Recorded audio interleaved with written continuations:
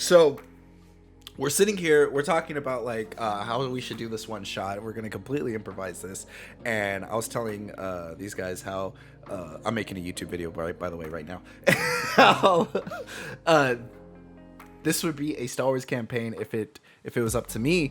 Like for the second campaign, I've dreamt of this. I want to go like fully into my ambition.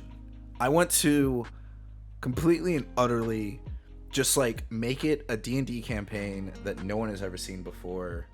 Maybe it's been done, but like I want it to be, because this D&D campaign, I essentially kept it.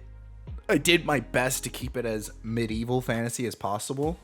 Yeah, as D&D as possible. Right. As plain and cut D&D as D&D gets. Right. And there's a really strong appeal for that, because it's very straightforward, and it's like I mean, D&D has built the game for you, right? Like all you have to do is just follow their rules, and then you don't have to think much else. Exactly. But if you want to add something else, and if what you're getting is campaign dose is going to be little extra spiciness in there, then that is like, that's effort. That's more work. It's not that hard actually, because I've been testing it with the Star Wars one shots. It's literally, okay, this is what I want, because D&D is so flexible. You can make whatever you want in the game, right? And it's so vague and flexible that like just about anything can be turned into whatever you want it to be turned into. And like it's still gonna be D&D, but I'm not gonna like maybe I'll have some homebrew stuff. I mean, I already have homebrew stuff now, but you have to.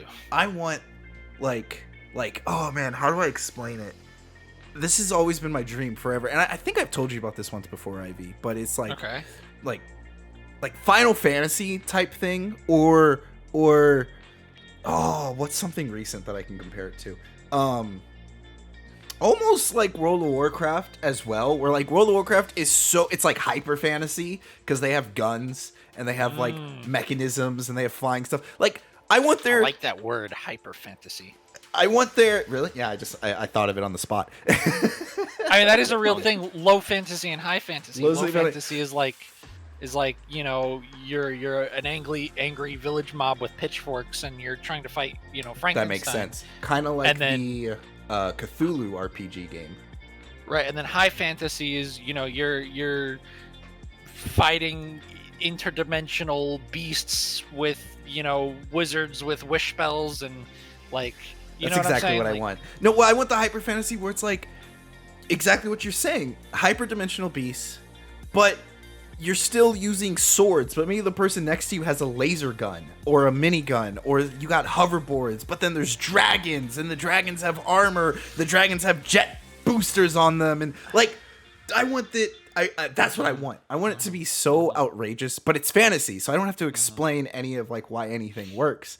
And you want the amazing mix of tech and fantasy. Yes, very similar to I think of World of Warcraft for inspiration. Final Fantasy and World of Warcraft, kind of like amalgamation, but you can even go like League of Legends is another thing that does that, where like there are people that use guns, and laser weapons, but there are also people that just go in there and they fight you with fisticuffs.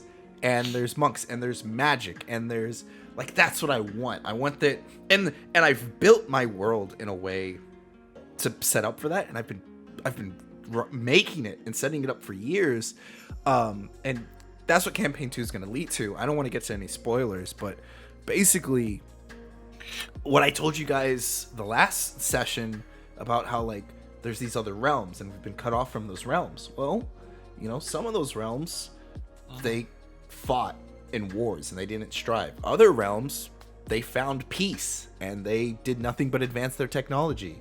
Yeah. So like, what happens when those gates reopen and everyone starts crossing and intermingling and stuff like that? That's like that's the stuff that I want. And that's extra. You know what I'm saying? Like that's relish on the hot dog. That's that's like Relish that's on the extras. hot dog. I like that Like- phrase. Like Me you too. can get a hot dog with mustard and ketchup, and that's a hot dog, right?